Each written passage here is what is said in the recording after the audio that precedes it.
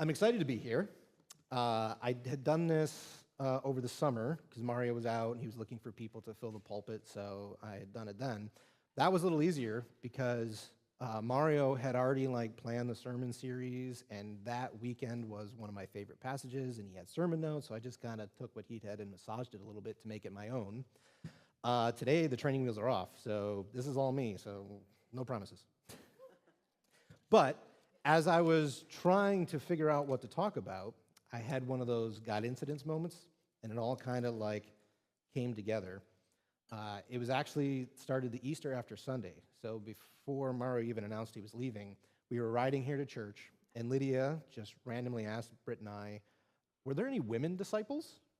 I thought, that's a good question, especially coming from, a 10-year-old. And so, Britt and I did, a top-level explanation of how, women's roles were different back then, and Jesus had a lot of close female followers, and they just weren't necessarily called disciples, or they weren't part of the 12 that we always hear about. But that stuck with me a little bit, and then when Mario announced that he was leaving and we needed pulpit supply for May, I saw that today was Mother's Day, so I thought, okay, I could maybe make this work, and if anything, I can embarrass Britt on Mother's Day, so that would be a win-win, right? So, thanks, hon. So in the months that followed, my scope changed a little bit as I dug a little bit more and thought about more different things. But one thing that stuck out and that I really, found as I was looking into this a little bit more was the women that were willing to stand up and stand out away from those roles that were expected of them, and not only to just be followers of Jesus, but actually contribute to his ministry. These were strong, successful women in a male-dominated society, but they actually had skin in the game. And as a girl dad, a proud girl dad, I would take any opportunity to encourage my daughters and remind them of who they are because of whose they are. They are beautifully and wonderfully made by God, no matter what. So these examples from the Bible are just excellent places to point to help encourage them. So I didn't have to Google too much to find the first two commonly ones that you might think of as disciples, female disciples of Jesus, and that would be the two Marys, his mother and Mary Magdalene. Surprisingly, in my research, not much is actually said about Mother Mary's involvement in his ministry, but she is mentioned being part of it in the very beginning with the first miracle, and then at the end of the crucifixion. And so thinking of that first miracle at the wedding at Cana, I just love this imagery, and this is what we told Lydia in the car, of Jesus being at this wedding with his mom, and Mother Mary says, you need to start your ministry. And he says, it's not time yet. And she's like, no, you're going to do it because I'm your mother, and mother knows best, right? So Son of God or not, she was still able to tell him what to do. And as far as I know, probably the only human that could tell the Son of God what to do, and he would actually go and do it. So,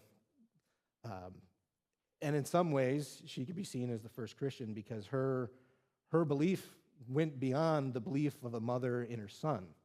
She recognized who he was and what he was called to do, and the true power of his presence and his ministry. So her simple words to the servants of do whatever he tells you means so much more than just pour the wine in the glasses. It's something that resonates with us now, all these years later, is that we need to do whatever he tells us. We need to listen to him and follow him. Mary Magdalene is the other well-known traveler, or I think the other well-known traveler of the disciples. She was healed by him, and while she wasn't called as one of the 12 apostles, the 12 disciples, she was a key witness through most of his ministry. And in the 4th century, St. Augustine even referred to her as the apostle of the apostles, because she was the one that delivered the message to the disciples that he had been resurrected. So these are the obvious female choices that, like I said, didn't take much. There's also the sisters, Mary and Martha, who, while they were close friends with Jesus, they didn't actually travel around with him, but we're all familiar with the story of Martha and Mary, and then obviously their brother Lazarus. But when we were introduced to Mary Magdalene in Luke 8, he also mentions a Joanna, a Susanna, and many others. But the thing that is most interesting is that he takes the point to point out that these women help support Jesus' ministry out of their own means. Like I said, they weren't there just to follow along the camp. They weren't there as groupies. They weren't there because the men folk needed somebody to wash and clean and all that stuff. They were there as active participants, actively contributing both physically and financially to Jesus' ministry throughout his time. Joanna, I found was interesting. She was the wife of Chusa, who was the household manager of King Herod Antipas. So this is the son of the King Herod who wanted to kill Jesus 30 years before, and now she is here leaving her role behind at the court of the king and following Jesus around and contributing to him financially because she was a wealthy, influential person with her proximity to the court. In fact, she was also healed by Jesus. She was also there at the crucifixion and at the resurrection with Mary Magdalene. So she's only mentioned once, and it's a small thing in passing, but just to think of the important role that she had played and all the things that she gave up and walked away from in order to follow him, I think is inspiring. So what started as a simple question from my daughter quickly opened up new stories of people in the Bible that we might not hear about or think about. And then when I had mentioned it to Mario a couple weeks ago, this conversation that I had with Lydia, he gave me this book, which it's got some very intense artwork in here, but this is all examples of women that were mentioned in the Bible. So there's plenty of opportunity to pick from. I'm not going to read all of them because I'm not. So I thought I would just randomly pick a couple, completely by random, and just see who we could think about and who we could talk about this morning. So the first random person that I randomly thought about, was a woman named Lydia. I know, random, right? I opened the book and there it was. So Lydia, as you're probably familiar, was the seller of purple. She was a very wealthy, independent businesswoman, and actually, Britt, before we were married, before we even knew each other, had heard a message delivered about Lydia, and that name stuck with her. And so fast forward to almost 11 years ago, when we were pregnant, she said, that's the name that I want for our daughter. And it's an amazing namesake to be named after. She was a worshiper of God, so likely a practicing Jewish woman, who was minding her own business, again, successful, wealthy, independent businesswoman. When Paul rolls through town and starts talking about his message, and what Acts 16:14 says, and I love this, the Lord opened her heart to respond to Paul's message. I'm sure there are countless times when we're just minding our own business, going about our own thing, and out of nowhere, an opportunity gets presented to us, and the Lord opens our heart. And then the question is, how do we respond? We know how Lydia responded. She opened her household. And again, she's living in the first century, and she's established herself, and she opens her household to Paul and all his traveling companions. So the house that she had must have been a pretty significant size to be able to house all these people, and it later became the foundation of the first church in Philippi, according to Acts 16:40. So again, her story is brief, but a very important pillar in the establishment of the early church. And Lydia shows us that when God opens our hearts, our response can be far more reaching than those just around us or what we might think. So another example that I wanted to tie in comes from the Old Testament, and you've probably caught on to me by now, so it's not a random one. This would be about the story of Abigail. I didn't know much about Abigail before we were looking for a name for our second daughter, and then even more so now as I dug into it a little bit through this exercise, this message here. But as our Abigail continues to grow and learn and we see her develop, I see her living up to her namesake as well. Abigail in 1 Samuel 25, she's described as intelligent, wise, beautiful, and faithful. Her name means my father's joy, so I can't really argue with that. I mean, Unfortunately, though, she was married to a man who's described as a brute, a scoundrel, harsh, and whose name, Nabal, literally means foolish, which he does live up to in the story of Abigail. So when David was moving his army through Carmel, where Nabal was at the time, and he was very wealthy, had lots of resources, David had sent some messengers to get some resources to help his army.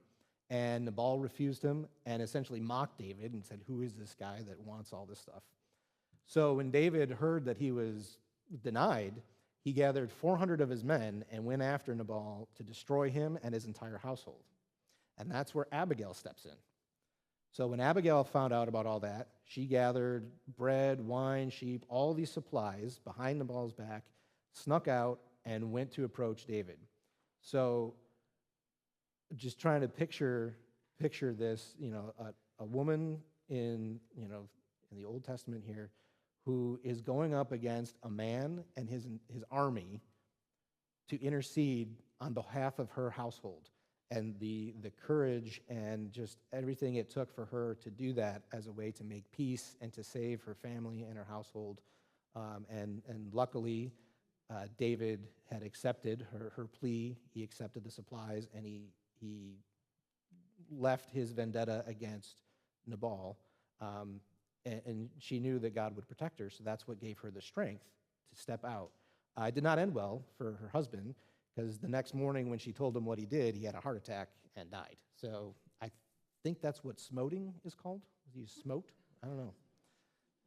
So what does this all mean for us? Why am I talking about this now? These are nice stories in the Old Testament, New Testament, but what does that have to do with us today? And that's where the title of the message came in. That came to me actually last Monday, because last Monday was May the 4th. However, I grew up as a Trekkie. I was a Star Trek fan, not a Star Wars fan. So their famous mission in Star Trek is to boldly go where no man has gone before. When I told that to Britt, she's like, "That sounds like a Father's Day message, not Mother's Day." I said, "Well, I'll just trunk off the back of it, and it's boldly go." And we're all called to do that, whether we're dads, moms, brothers, sisters, or whoever. We're all called by God to boldly go. So like these women that I mentioned, we all have things that are expected of us. We all have roles, whether it's driven externally by society, family, friends, coworkers, or by our own self-assessment of our own restrictions, limitations, roles that we think we're supposed to play. I know for me personally, I'm my own critic, so I try to tell myself to stay in my own lane, but it doesn't always work. It can be easy for us to accept those roles as we go about our daily business. However, like I said, that's not what we're called to do, and that's not what these women that I mentioned briefly did. Like Lydia, we're all sitting here in this sanctuary because our hearts were opened by God, and this was our initial response, to be here, to worship Him. But there may be more that we are called to do that we may not even realize that we need to be open to respond to with our individual resources, talents, again, like these women did. Sometimes it's talents we didn't even know we had, or resources we didn't know we had. But the point is, and this is the point that Abigail teaches us, is that even if we do have those things, like God will see us through no matter what. We can stand up against an army, and God will be there to protect us. 5 months ago, Mario asked me to be on session, and obviously I said yes, but I also joked that, oh, my time was coming, like it was an expectation or something that if you're in the church, you'll just eventually be asked to be on session. So I just kind of joked about that as a way to minimize my ability to even be there, not fully knowing what to expect. And granted, 5 months ago, none of us knew that we'd be standing here today and where we're at. 4 months in, dealing through the challenges of this transition now and all that stuff, my first thoughts were, what did I get myself into, first of all? And why am I here? Why I'm not qualified to be in this role? Like, these are not the gifts and talents that I thought of myself. And in the first 4 months, session has met over 6 times as we've dealt with these new developments and things. But God has been present in every single one of those meetings and every single one of the Zoom calls and the emails. God has been there. It's not just me or the other 7 members of session. God is immersed with us. And I've been able to learn so much about the church, about myself through this process.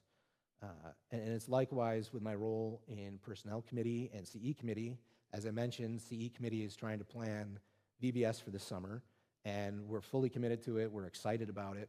But none of us have been recently directly involved in the day-to-day planning. We were blessed to have Shannon and to have Mel take on that, and while Britt and I enjoy volunteering and being a participant, it's been an interesting process to try to get this all together, and it's just amazing what Shannon and Mel were able to do in their roles.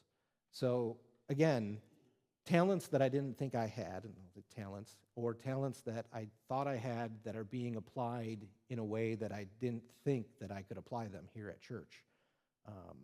And I don't bring this up to pat myself on the back, because there's been lots of people here long before me that have done far more than me. But I pointed out to say that if I can do it, any of you can do it as well. And there are plenty of opportunities around here to be able to do that.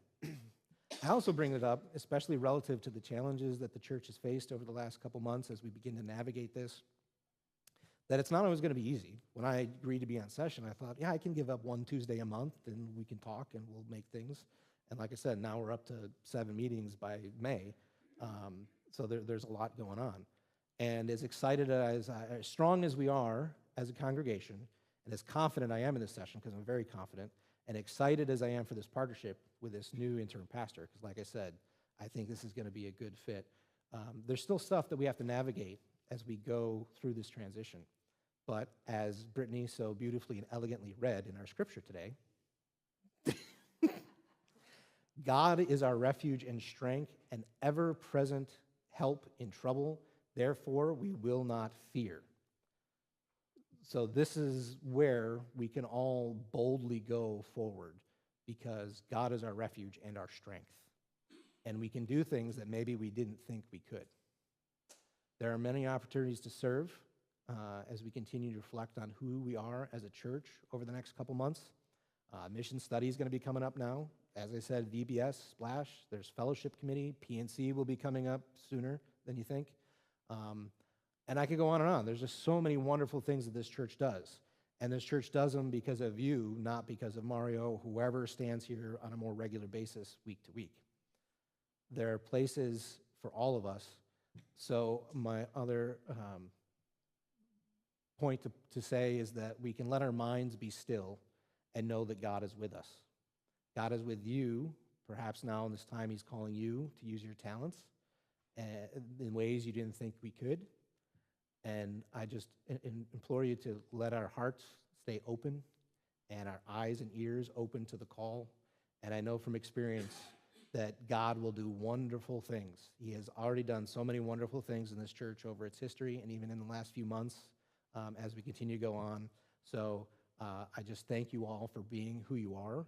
I don't know if you've noticed, but our name pops up a lot today. You've allowed my family to take over the church service. So I appreciate every single one of you and love this church and love that all you can do.